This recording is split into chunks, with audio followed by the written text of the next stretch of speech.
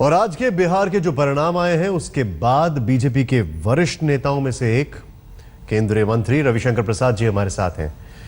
रविशंकर जी, आज जो भी फैसला आया है, जो हार हुई है, बिहार से क्या मैसेज मिला है पार्टी को, क्या सीख मिली है?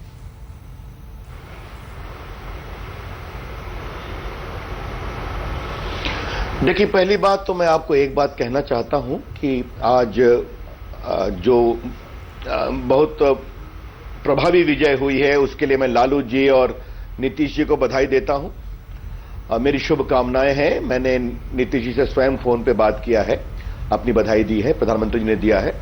मैं लालू जी को भी फोन करूंगा आप लोगों से बातचीत करने के बाद, और मैं उम्मीद करूंगा कि बिहार के विकास के लिए दोनों मिलकर काम करेंगे और बिहार में विकास होगा, शांति होगी, पूंजी निवेश होगा, रोजगार बढ़ेगा, जिसकी बिहार को बहुत आवश्यकता है। और हमारी ओर से जो भी सहयोग की अपेक्षा होगी वो हम देंगे। हम चाहते हैं बिहार आगे बढ़े। देखिए, हमारी हार हुई है और हार बहुत ही व्यापक है। बिहार के भी क्षेत्रों में हुई है। मैं बिहार से आता हूं। हम लोगों ने बहुत मेहनत किया था, हमारे राष्ट्रीय अध्यक्ष जी ने किया था, पूरी टीम ने किया था, बिहार के नेताओं ने किया था, बहुत दौरे किए थे। मैं स्वयं 3-3 जिला में नीचे माइक्रो मैनेज भी कर रहा था। तो ये जो हार की व्यापकता है, इसके कारणों की समीक्षा भी उतनी ही गहराई से करनी पड़ेगी, क्योंकि ये हार बहुत बड़ी है और उनकी जीत बहुत ही व्यापक है। तो इसके कारणों में थोड़े गंभीरता से जाना पड़ेगा। 2-3 कारण जो मुझे सीधा दिखाई पड़ रहे हैं, वो भी मोटे कारण है, कोई प्रामाणिक नहीं है, ये मेरा अपना आकलन है। पहला तो यह है कि लालू जी अपने समर्थक वर्ग को यह संदेश देने में सफल हो गए कि तुम 10 साल से सत्ता से बाहर हो। 2005 से वो 2009 में हारे, 2010 विधानसभा हारे, 2009 लोकसभा हारे, 2014 लोकसभा हारे। तो वो ये संदेश देने में सफल हो गए कि अगर तुम्हें सत्ता के गलियारे में फिर आना है तो तुमको मेरे साथ आक्रामकता से खड़ा होना चाहिए। और उनके समर्थक वर्गों ने वो संदेश पाया। मैं स्वयं दरभंगा मधुबनी में 10 दिन बैठा हुआ था, तो मुझे उसका संकेत तो मिल रहा था, लेकिन वो इतना व्यापक होगा ये कल्पना नहीं की थी। दूसरा विषय क्या हुआ कि नीतीश जी की स्वयं की छवि अच्छी है, तो उनकी छवि और उनका समर्थन, ये दोनों लालू जी और नीतीश जी को सप्लीमेंट कॉम्प्लीमेंट कर गया। हमने सोचा था कि उनका जो लोकसभा का अलग अलग वोट बेस 36% का है, वो शायद एक दूसरे को वो ट्रांसफर नहीं करा पाएंगे, वो भी ट्रांसफर हुआ। तो ये 3 कारण तो मुझे सीधे दिखाई पड़ते हैं, लेकिन इसकी और व्यापकता में जाना पड़ेगा और इसकी समीक्षा करनी पड़ेगी, ऐसा मुझे रविशंकर जी, एक व्यक्ति जो बिहार से नहीं है, जो बिहार से ताल्लुक नहीं रखता है, उसको बिहार के बारे में पता है, वो बिहार की तस्वीरें टीवी पर देखता है, वो रैलीज को देखता है और अपने आप से समझना चाहता है। उसने देखा जब प्रधानमंत्री ने रैली की तो उसमें विशाल अपार जनसमूह आता है, लेकिन वो वोट में परसेंटेज में कन्वर्ट होता है नहीं होता, ये आज परिणाम अपने आप में बता रहे हैं। अब सवाल ये खड़ा हो रहा है, प्रधानमंत्री जी रैली करते हैं, संबोधन करते हैं, यहां पर वो वोट में तब्दील नहीं हो पा रहा है, या फिर जो शत्रुघ्न सिन्हा कहते हैं कि अगर वो नहीं की होती तो और भी हालत बुरी होती। क्या समझा जाए कि वो एक जो फैक्टर था, प्रधानमंत्री क्योंकि लीड कर रहे थे, फ्रंट से आगे बढ़ रहे थे, आप लोग थे वहां पर, लेकिन वो फैक्टर, वो करिश्मा कम हो गया क्या?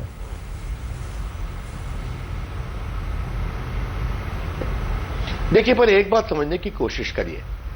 अब प्रधानमंत्री जी ने लगभग 30 रैलियां की, वो 3-4 उन्होंने चुनाव शुरू होने के पहले की, पैकेज भी दिया, और मैं स्वयं उनकी 3-3 रैली का आयोजक था। देखिए, समस्तीपुर में मैं था, वहां पर 2.5 लाख लोग आए थे दिन के 1 बजे 8 अक्टूबर को। मधुबनी में और दरभंगा उनकी बिहार की अंतिम रैली थी, बैरिकेड्स टूट गए थे, हम लोग मंच पे थे, सुरक्षा के कारण परेशानी हो रही थी, अतीब उत्साह। मैं पॉलिटिकल वर्कर अपने छात्र जीवन से हूं, आप जानते हैं, तो लोगों के मूड को देखता हूं। ये वोट में तब्दील नहीं हुआ, क्यों नहीं हुआ? हुआ तो क्या व्यापक कॉम्बिनेशन के आभा में उसकी चमक फीकी पड़ गई? ये सारे विस्तार से समीक्षा का विषय है, ये आप सही कहते हैं। लेकिन मोदी जी की हर रैली एक दूसरे पर सवासेर थी, और हर में महिलाओं का पार्टिसिपेशन, गरीब महिलाओं का पार्टिसिपेशन, नौजवानों का पार्टिसिपेशन, लगता था एक उत्सव का माहौल है। आप लोगों ने स्वयं अपने कैमरे पर कितनी बार उनकी रैलियों को कैप्चर किया था। तो है, अब सच्चाई है, अब हारे हैं तो हारे। इसको थोड़ा गहराई से देखना पड़ेगा। जाहिर सी बात है, और हम अपनी हार में बहुत ही विनम्र हैं। हाँ, ये काबिल तारीफ है, आप हार में विनम्र हैं। और ऊपर से एक और बात भी है कि आज आपके सुबह से ही आपके सारे ही प्रवक्ता सब आ रहे हैं यहाँ पर, ये भी एक अच्छी बात है। अक्सर लोग कन्नी काटते हैं, बचते हैं, वो भी यहाँ पर नहीं हो रहा। लेकिन मैं एक चीज समझना चाहता हूँ, सबका साथ सबका विकास।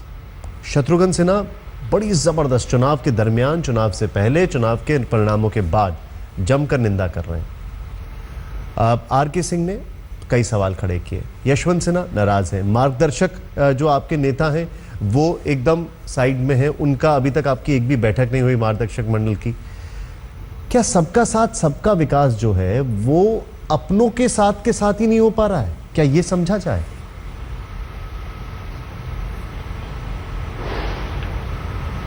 देखिए, शत्रुघ्न सिन्हा जी पर कभी मैं कोई कमेंट नहीं करता हूं और आज भी नहीं करूंगा। ठीक है, मैं कृतज्ञ होऊंगा अगर आप उसके बारे में मुझसे सवाल ना पूछें। ठीक है। देखिए, हार होती है श्रीमान जी, तो हार के कई कारण होते हैं। और जैसा मैंने दूसरे चैनल पर कहा कि आज हमारा पिच बहुत ही रफ है, हमें बाउंसर फेस करना पड़ेगा, और अभी हमें बाउंसर दे रहे हैं और मैं डिफेंसिव खेलने की कोशिश कर रहा हूं। ये आपका अधिकार है, आपके उस अधिकार का हम सम्मान करते हैं। लेकिन इतना मैं कहूंगा कि हमारे कार्यकर्ता, हमारे नेता, हम सभी इतनी मेहनत हमने बहुत कम देखी है बिहार के चुनाव में। मैं बहुत दिन का फिर कह रहा हूं, छात्र जीवन का कार्यकर्ता हूं, इसलिए मैं फिर कहूंगा कि इस हार की व्यापकता को बहुत ही गहराई से देखना समझना पड़ेगा। एक एक बूथ, एक एक जिले, एक एक क्षेत्र, क्या इसका कोई पैटर्न है क्या?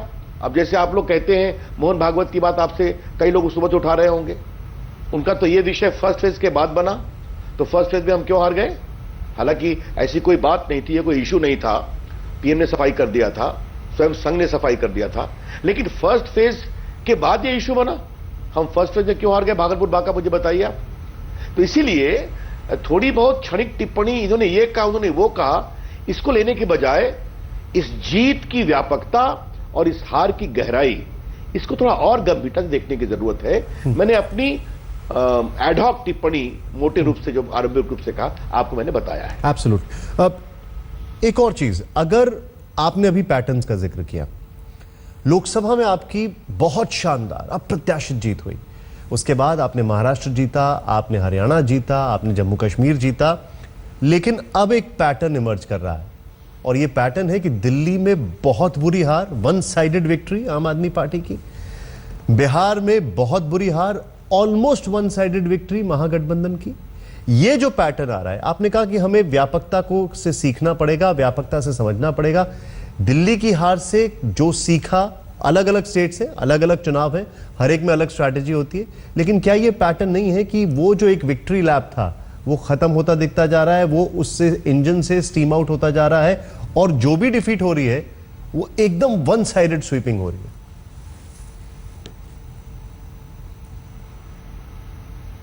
देखिए, मैं थोड़ा सा आपसे डिफर करूंगा, और आप मेरे साथ बड़ा अन्याय कर रहे हैं मेरी पार्टी के साथ। 30 साल के बाद नरेंद्र मोदी की अगुवाई में भाजपा को अकेले पूर्ण बहुमत मिलता है, 300 प्लस सीटें आती हैं हमारे एनडीए को। उसके बाद हम 5-5 विधानसभा लगातार जीतते हैं, महाराष्ट्र में जो पश्चिम में है, हरियाणा जो कि उत्तर में है, झारखंड जो कि पूरब में है, और जम्मू कश्मीर जो कि सुदूर ऊपर में है। तो इतने बड़े विविधता में जीतते हैं। कल केरला में हमारा कमल खिला है। आपने दिल्ली की बात कही, तो दिल्ली में आपको मैं बता दूं, दिल्ली के पिछले साल की हार को थोड़ा आप अलग रूप से देखिए। हम दिल्ली में 98 से हार रहे हैं, 98 हारे, 2003 हारे, 2008 हारे, और उसके बाद फिर हार गए। जबकि अटल जी की सरकार में भी हम दिल्ली में 6-7 लोकसभा जीतते थे, और मोदी जी की सरकार में भी जीतते थे। तो दिल्ली का एक अलग विषय है, हारे हैं स्वीकार करूंगा, लेकिन उसको आप पैटर्न बना रहे हैं, यह ठीक नहीं है। बिहार को मैं भी जानता हूं। अब चलिए, आज हम हारे हैं तो आपकी आलोचनाओं का हम सम्मान करते हैं, लेकिन क्षमा करिए, हमें बाउंस बैक करने की क्षमता है। रविशंकर प्रसाद ने और हमारी पार्टी ने इससे खराब समय देखा है। हम एक समय 2 भी हो गए थे, और आज देश के 10 राज्यों में राज करते हैं और भारत में राज करते हैं। तो बिहार की एक हार, जो कि हार है, उसके कारण आप जो हमें राइट ऑफ कर रहे हैं, आपके इस एटीट्यूड को मैं ठीक नहीं मानता हूं। नहीं, मैं देखिए, मैं एक सवाल पूछ रहा हूं। अच्छा करना है, विकास करना है, दुनिया में भारत की छवि है। एक हेल्दी मैंने इसलिए पूछा कि आपका स्वर वही था कि लगता है हम लोग हाशिए पर जा रहे हैं। नहीं, मैं आपसे You are not being fair to us. आपने पैटर्न का जिक्र किया, मैं आपसे एक पैटर्न समझना चाह रहा था। आपने अपना पॉइंट ऑफ व्यू रखा है, आप लोग इसकी समीक्षा करेंगे बहुत जल्दी, ये वो भी चीजें सामने आएंगी कि क्या वजह रही हार की। वो पैटर्न्स अपने आप में क्लैरिटी और अपने आप में लेके आएंगे। एक और चीज, और यहां पर किसी के कमेंट पर मैं आपसे रिएक्शन लेना चाह रहा हूं। कांग्रेस ने आज स्ट्राइक रेट के लिहाज से देखा जाए तो बिहार में अच्छा परफॉर्म किया है। स्ट्राइक रेट के लिहाज से, प्योरली स्टैटिस्टिकल वे में अगर देखा जाए, राहुल गांधी ने कमेंट दिया और आपकी केंद्र सरकार पे कमेंट किया, क्योंकि राहुल गांधी ने केंद्र सरकार की परफॉर्मेंस को आपके बिहार में नॉन परफॉर्मेंस पे जोड़ के देखा, और कमेंट उनका ये था, मैं उसको कोट करता हूं, वादे बंद कीजिए, काम कीजिए, आपने गाड़ी रोक दी है, गाड़ी चलाइए, वरना हिंदुस्तान की जनता गाड़ी का दरवाजा खोलकर जिस तरीके से बिहार में किया है आपको बाहर कर सकती है। आपका कमेंट।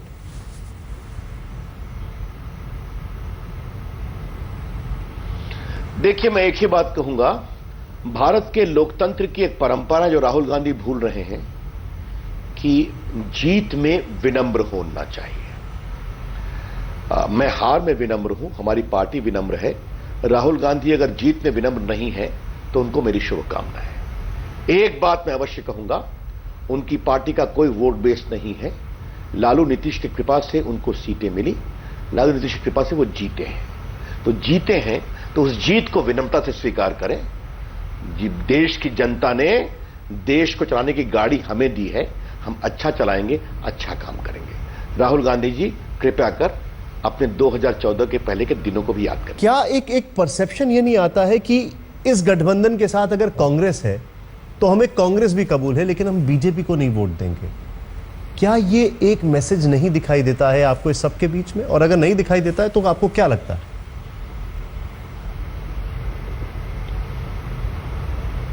नहीं, मेरा जवाब दूसरा है। एक समय कांग्रेस पार्टी के खिलाफ सारे गठबंधन बनते थे, आज बीजेपी के खिलाफ बन रहे हैं।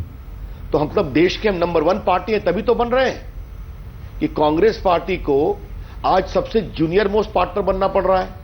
बिहार में उन्होंने लगभग 35-40 साल राज किया है। तो इसका तो आप ये क्यों नहीं देखते हैं? आप ये कोई पैटर्न क्या है? सबको हमको रोकने की फिक्र है। अच्छी बात है, लोकतंत्र में रोकने की कोशिश करते हैं। आज का दिन हमारा दिन नहीं है, जल्दी हमारा दिन आएगा। हमारा दिन पहले बहुत आया है। तो क्षमा करें, हमारा खाली कहना यह है कि हम ईमानदारी से काम करेंगे देश के लिए, और हमने आपको पहले भी कहा है कि बिहार के विकास के लिए जो सहयोग की अपेक्षा होगी वो भी दिया जाएगा। लेकिन आज के दिन मैं आपसे फिर कह रहा हूं, आपके स्वर से बार बार यह लग रहा है कि आप कहीं ना कहीं हमें राइट ऑफ करने की कोशिश कर रहे हैं। यह गलती मत करिए। आप थोड़ा बीजेपी को समझिए और जानिए, हम बड़ी पार्टी है, देश चला रहे हैं और जल्दी बाउंस बैक करेंगे। सर, एक लास्ट कमेंट आपसे लेना चाहूंगा। अरुण शौरी, जो कि आपकी पार्टी के बड़े महत्वपूर्ण सदस्य हुआ करते थे जी, कैबिनेट मंत्री भी रह चुके, उन्होंने कहा इस हार के लिए सिर्फ प्रधानमंत्री अमित शाह और अरुण जेटली जिम्मेदार है। आपका कमेंट।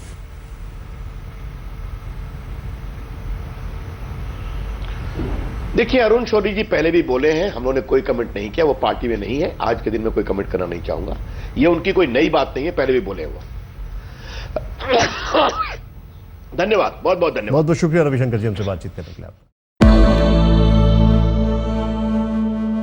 निसगम मनि पम ग नि पम ग स नि पम नि स प स। जहाँ तक याद आती रहेगी